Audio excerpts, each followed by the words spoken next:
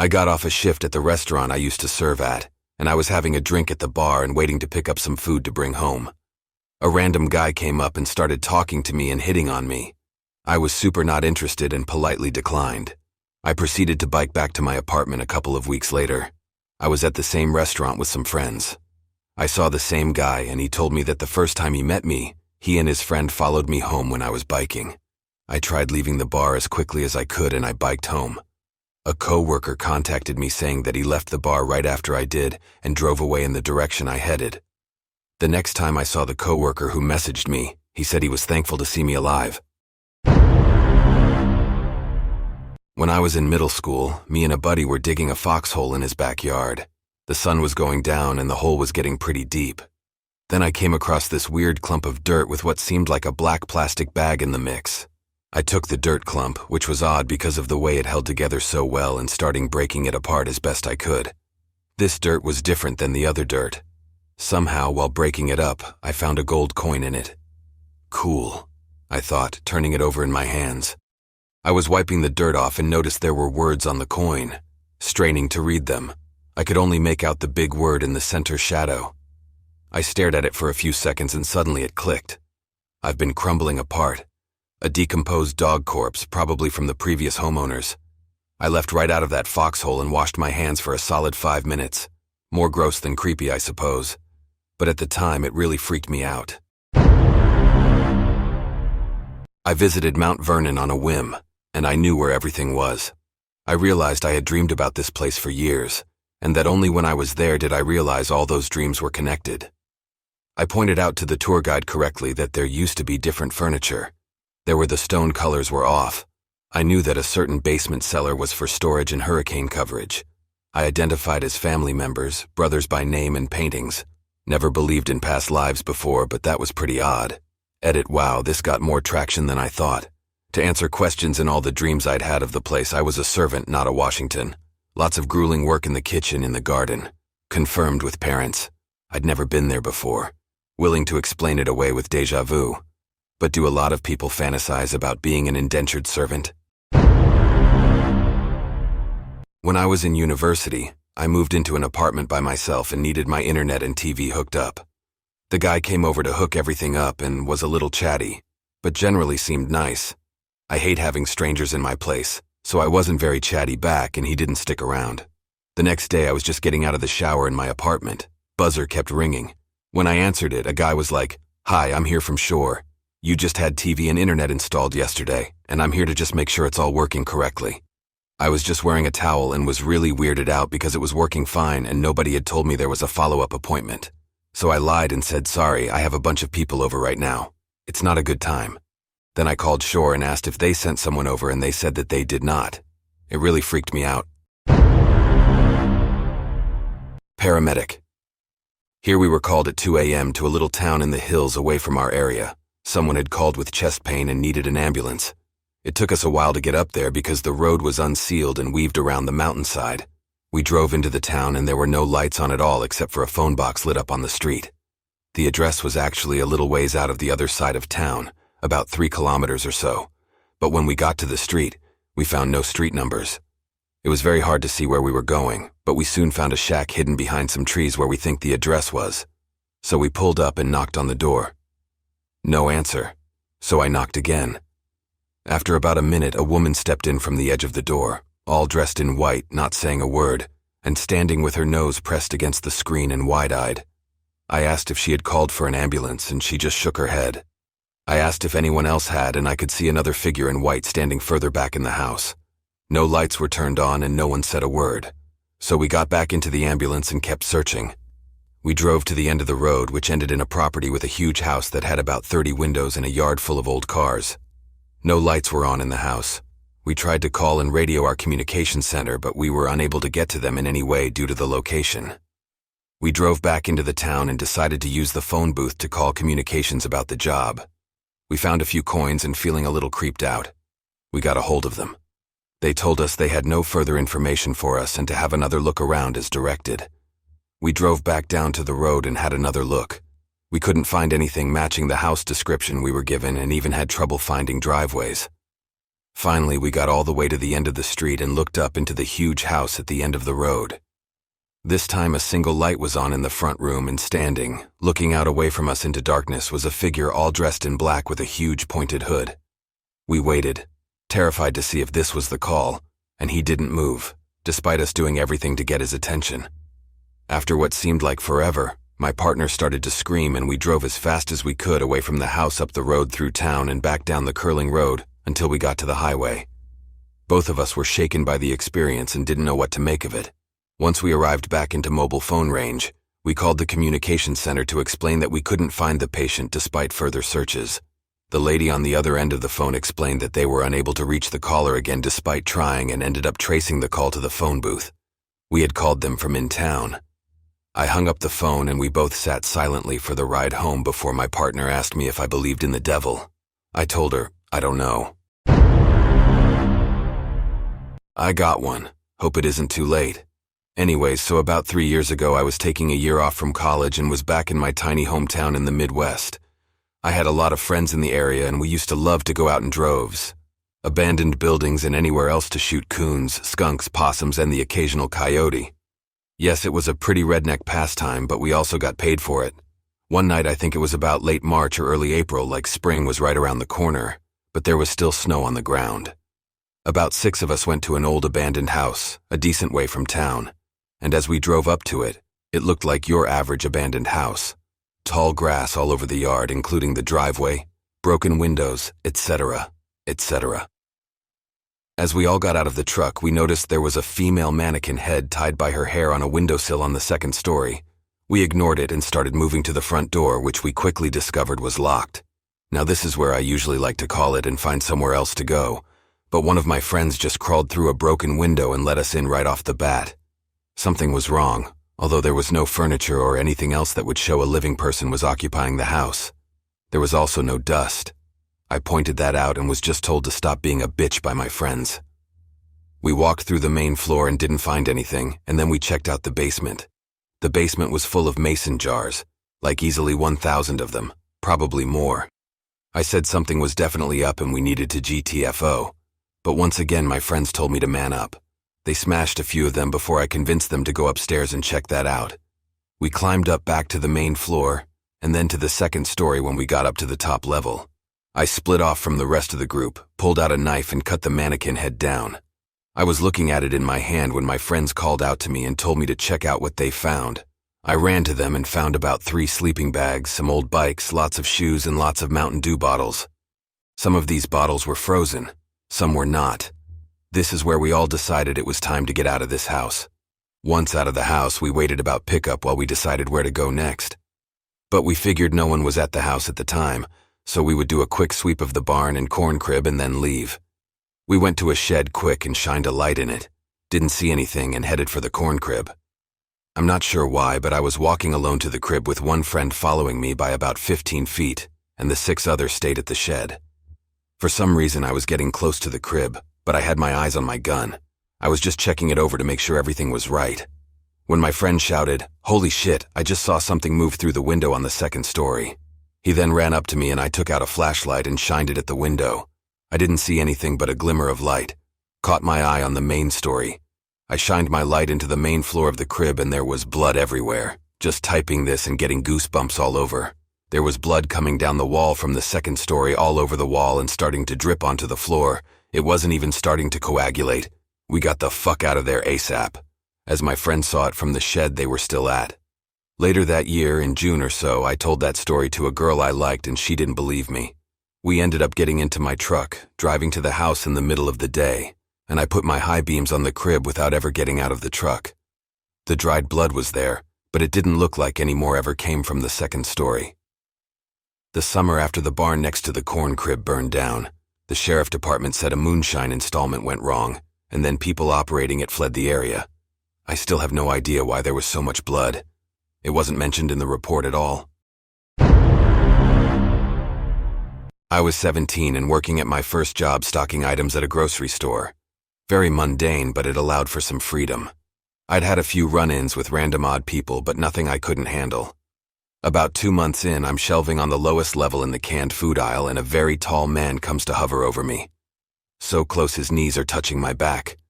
I told myself it was a coincidence and say excuse me and try to slide sideways out of his way, but he steps around me, trapping me. I tried a few more times to the same result when he crouches down and asks if I'd ever had a full body massage. My heart was racing and I was panicked, but like an idiot, I froze up while the guy proceeds to roughly rub my shoulders. At that moment, a coworker popped her head around the corner to see how I was getting along and surprised him. He waved a hand and goes hi like it was normal. I booked it to the back and told my manager, who in turn told security, who saw him out. I wish it had ended there, but me being me, which obviously means stupid.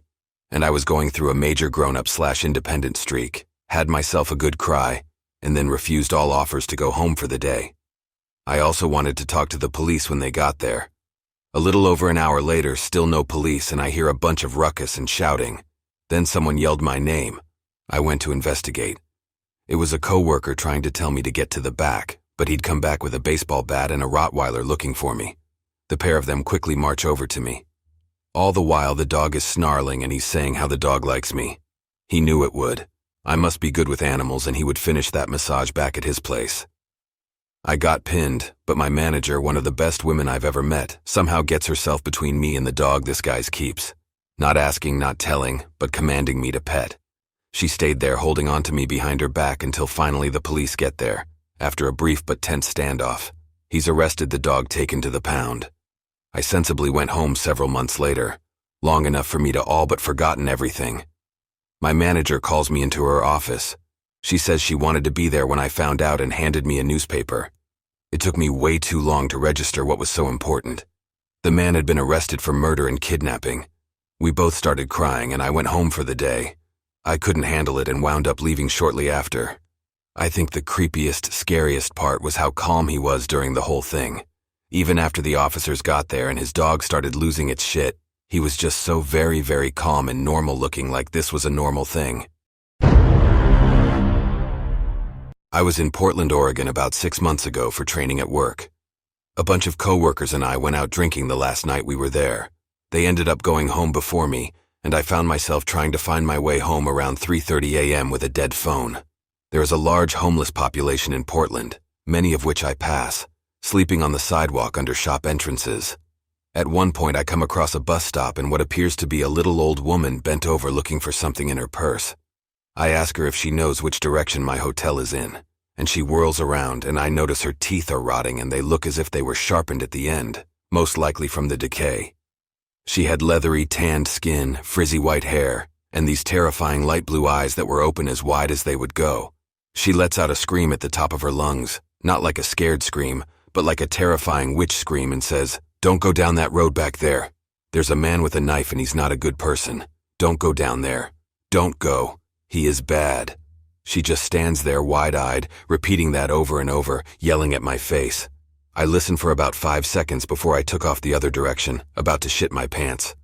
I looked back about a block away and she was still there yelling to me. Most terrifying encounter I've ever experienced. My friend and I experienced missing time, so to speak, while on a canoe trip about 10 years ago. My friend and I went on a trip to Caricho Province, All Park in Ontario. Caricho is a wilderness park, so there's no car camping or any sort of facilities like that. You get your permit and put in at your entry point. The amount of permits given out is limited to preserve the park, so it's unlikely that you will run into any other people during your trip.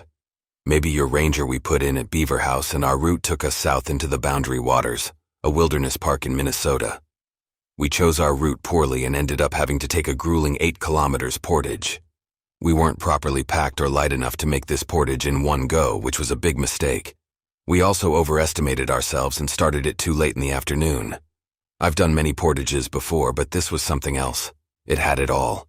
Canadian shield, gnarled roots, rocks and moss, flooded marshland, huge smooth granite saddles, dense humus, soil that sucked your boots in the works. I don't know how long it took exactly, but I'd say at least an hour and a half each way. It didn't help that our canoe was fairly heavy. We tried to save a few bucks by not renting a Kevlar one and used my friend's rubberized canoe. That's meant for running rapids. Thankfully it was, though, because I must have dropped it at least 50 times. But you can just kick the dents out. Anyway, we're on the way back to get the rest of our stuff and make the second trip practically on the verge of tears from exhaustion. And it's starting to get dark. Not good. We have flashlights, but setting up in the dark sucks. Don't even mention trying to find a campsite. We load up the food and get moving. 10 minutes later, we round a bend and I see some packs in a green canoe, I think. Shit, we must have taken a wrong turn and ended up at someone's campsite. But there were no branching trails and no campsites nearby. I take a closer look and realize it's our stuff. But how? We had passed none of the landmarks we had before. Like the granite settles, we were certainly exhausted, but I find it hard to believe that I could zone out for that many kilometers. And what about my friend? He also acknowledged that we finished the portage in an impossibly short time. I looked at the maps thinking maybe we had accidentally taken some alternate trailer loop back before, but there was nothing. Just 8 kilometers of land between the two lakes. Now that I've typed this out, it feels anticlimactic. But there's just simply no explanation for traveling 8 kilometers in 10 minutes. I'm looking at my old maps now to try and find where this occurred. Exactly. Last year I was on an outward-bound trip in the Rockies on a 14-day expedition. In case you guys aren't hip to the outward-bound course, there is a solo about 3/ for THC. The way through the trip, which is pretty much you're in your own area out of eyeshot and hearing range of other group members for a set amount of time. This expedition had a 2-day one, so on day 11 or so we stopped to do hours. Mind you, this is a 9-day hike from the closest base camp, and we went about a mile off the rugged trail we were taking to set up. I woke up on the second day of the solo and looked out of my tarp and saw a guy about 20 feet away in a solid cherry red hoodie with the hood drawstrings fully pulled, so his face was entirely covered. I figured this was one of the instructors because they go around sometime on the second day to check on us, so I waved at him and smiled. He then took off uphill and I lost sight of the trees. Come the next day when we were all back and talking about it, I asked which of the instructors had the red hoodie. Turns out neither of them did. There was a man 10,000 feet up a mountain in the middle of the woods who walked by me sleeping in a tent. It had potential to go pretty awry. I worked for a handful of years in a haunted buildings to be more exact, as there were 2 Victorian houses and a carriage house on the property of the museum where I worked as visitor services manager in my 20s. Here's a few creepy highlights and increasing levels of creepiness. Fair warning, this is long one. My office was located in the brick carriage house built in 1872. I was a full-time employee, so I was often there alone when the building and museum was closed to the public. There were always footsteps and other old houses settling noises so easily disregarded on a sunny day in a building bustling with tourists. But when you're the only one there working away at a computer with your back facing the entire lower level, and you constantly hear steps walking slowly up to your chair, not so fun. Worse. On one quiet Monday evening, I was closing up and the security guard was in the building with me. I ran upstairs to use the facilities, and while washing my hands, I distinctly heard a man's voice call my name twice from just outside the door. I thought something must be wrong. The guard had come to get me. I whipped open the door to find the landing. Empty. The security guard was downstairs and had no idea what I was talking about when I asked him if he'd called my name. We then had to search the entire building just in case someone had broken in. But of course, the building was empty too. One evening around 9 p.m., I was in one of the other 2 buildings on site, a massive Victorian Gothic mansion. Most of the staff had stayed late for some community event or other. I had gone up to the second floor to grab some paperwork. The back left corner of the second floor had once been servants' quarters, but was now staff offices. The small 7 feet by 7 feet rooms that had been deemed appropriate as maids' quarters wholly lend themselves to cramped and crowded individual offices, for the grants manager and community relations lady. As I was walking by the teensy dark hallway that led to the teensy dark offices, I heard a breathy exchange between 2 female voices and then laughter. Though I couldn't hear what had been said, the laughter that followed was clear as a bell. I thought, my co-workers must be up to something or trying to play a joke. So I started down the hallway towards the closed door from behind, which I could still hear laughter. As I reached for the novel, the hairs stood up on my arm as I realized with absolute certainty that I was the only person upstairs. I had seen all my coworkers downstairs right before I'd come up the stairs. The laughter stopped abruptly and I scurried away. 3. We were featured on the TV show Ghost Hunters, and to play off the possible increase in visitation, put together an after-hours ghost tour. Being a social justice museum, we couldn't really make it too creepy, and it unfortunately ended up heavy-handed and educational. Regardless, the main house, which belonged to a 19th century author in her later years, had seen its fair share of tragedy and strangeness, and even telling a strict mission-related content line. We were able to make the tour somewhat engaging. Also, the house is something out of nightmares. Dark woodwork, velvet everywhere, fully decorated, just as it had been when the famous owner had lived and died there some 120 years ago. So anyway, we're taking a group through on a normal night and we're using a digital voice recorder. I know. Silly. In one of the upstairs bedrooms, a young man Thomas Ryder had visited in the 1870s had died suddenly under suspicious circumstances. People had often reported seeing a man in dark clothes looming in the shadows on the second floor during daytime tours. So in that room, we would always ask, "Thomas Ryder, are you here with us tonight?" Okay. Again, I know Campy, myself, and the other tour guide do our whole rigmarole. The guests are properly creeped out. We close up the house and grounds and head home for the night. I live about 45 minutes away from the museum. I was driving past this little pond in my little town where it's very, very dark, and suddenly I hear my own voice loud in my car. "Thomas Ryder, are you here with us tonight?" I almost crashed into the pond. It was a matter of a foot or so. When I finally managed to shakily put my truck in park, I sat there for several seconds, listening hard to the silence in the cab. I looked behind me, behind the seats. I was alone in the car, and then I realized I had accidentally brought the digital voice recorder home with me. Simple explanation, though. Strange that it had skipped 5 tracks forward to the middle of a track, played the one sentence, and then promptly shut itself off again. Part 2. It had been an exceptionally boring day as most were working at an ill-attended museum. But all told, I think we'd spent a total of 1 tour with 1 visitor and their disinterested college student tour guide through the house. I'd spent most of the day staring longingly at Googled pictures of Robert Pattinson on the computer behind the front desk. As I said, this was a while ago. My tastes have improved. It was before the clocks spring forward for the season, so it was nearing dark before closing, and the deep cloud cover and persistent drizzle didn't improve the ambient lighting. Seated at the front desk in the poorly stocked gift shop, I sent my 2 remaining tour guides in to close the house for the night, which involved switching off lights, switching others on, shutting some doors and opening yet others. Apparently all to ensure the house burned in a particular manner with it ablaze. Took it in the night or to set up some specifically encouraged path for robbers who managed to ninja sneak past the security system to steal tired velvet, upholstered settees, and ugly faded lithographs. So the 2 tour guides were in the house and I was stationed at the front desk on the main floor of the 1872 carriage house. Directly above me was a lofty attic space used as merchandise and junk storage of the type. Only museums seem to accumulate because everyone should save the posters from the 1994 Mother-Daughter Tea fundraiser just in case.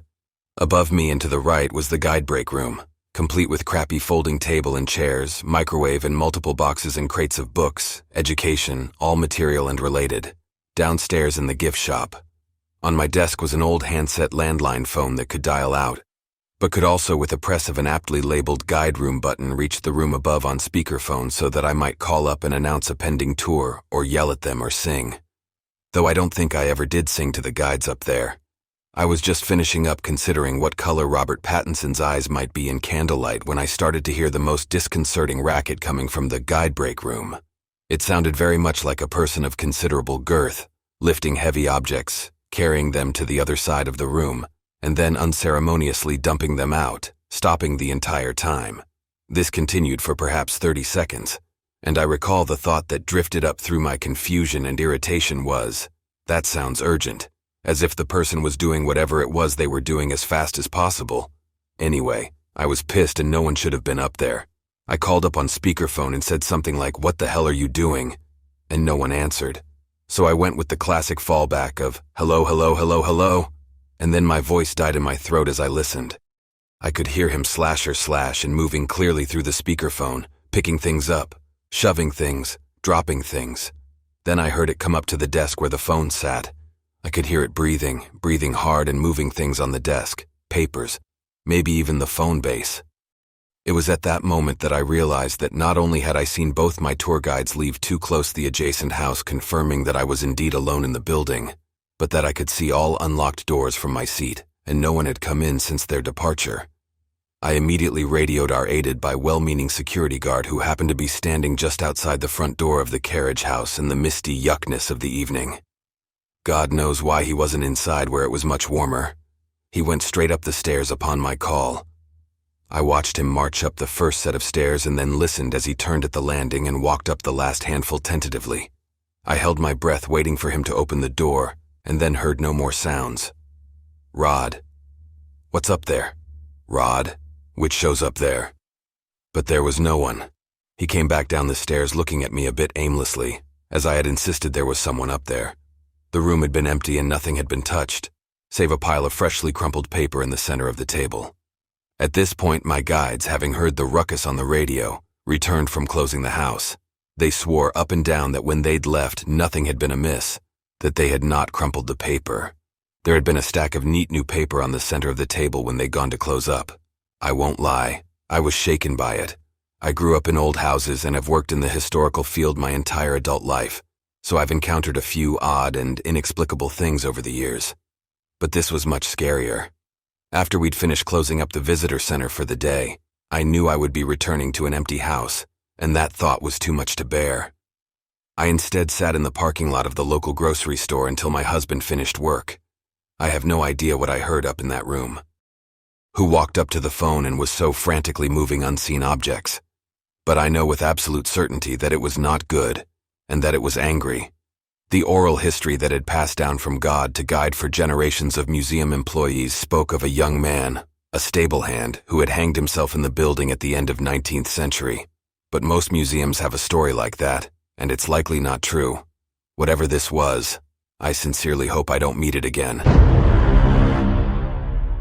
About 15 or so years ago, when I was 16, I went to visit my aunt and uncle during my summer vacations.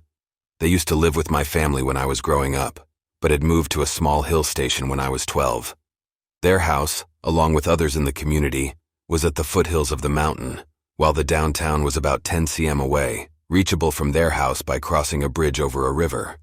Downtown is where all the shops were, including my uncle's small chemist shop that he operated with help of a young guy named Kieran, about 23 years old or so.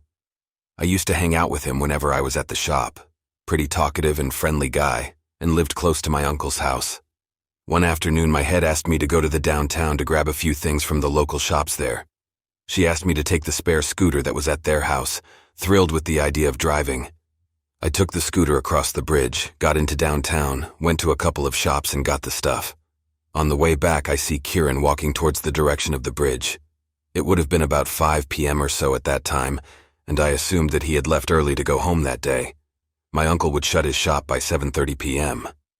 I stop the scooter next to him, say hi and make small talk. Except that he barely talks. Just very basic. Yes, no answers.